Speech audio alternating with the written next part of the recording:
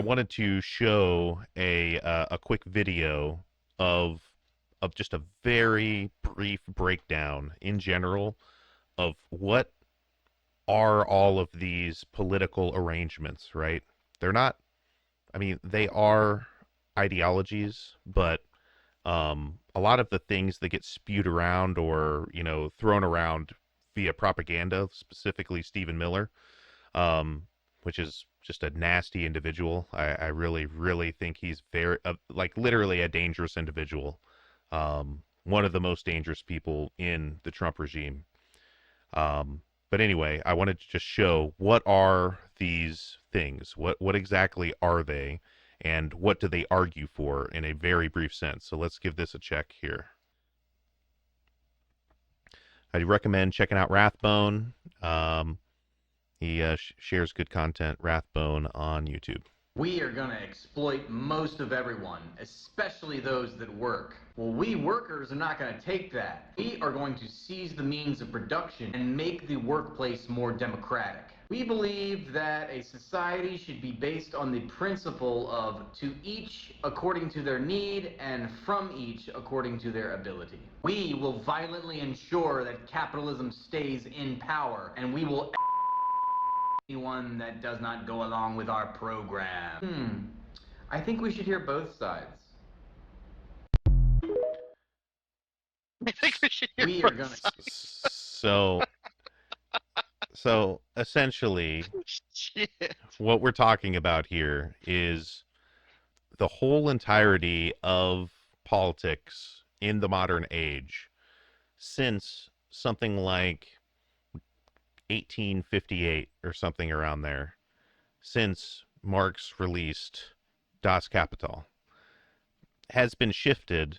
And really, people would argue that before that, it was still the case, but people just maybe didn't know about it. Or if they did know about it, there was no basis for them to go off of, right?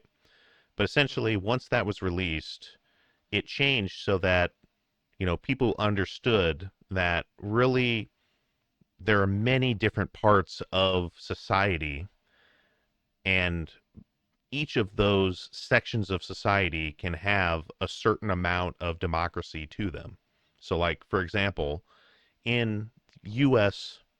politics, we have democracy as far as voting. Now, we could argue whether gerrymandering or voter suppression or many, representative democracy, there's a lot of critique that one could make on that system.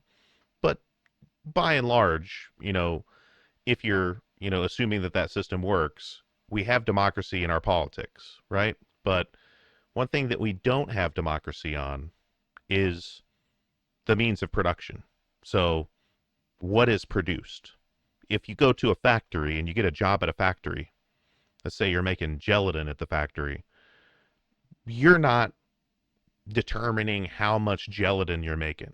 You're not determining who gets how much money for the job that they do making gelatin. And they don't, you don't have any say whatsoever on where the gelatin gets sent. And you don't have any say on, what the pay scales are or anything like that. There's essentially no democracy whatsoever in the economic part of our country.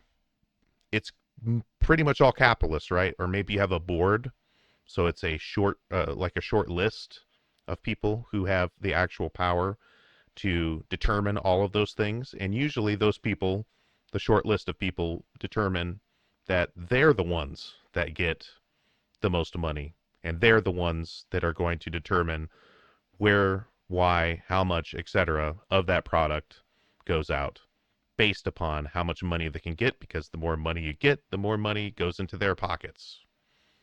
So capitalism is that, where very few people or a single person has their say on where and what and why the means of production. They own a factory or whatever, and it produces a product.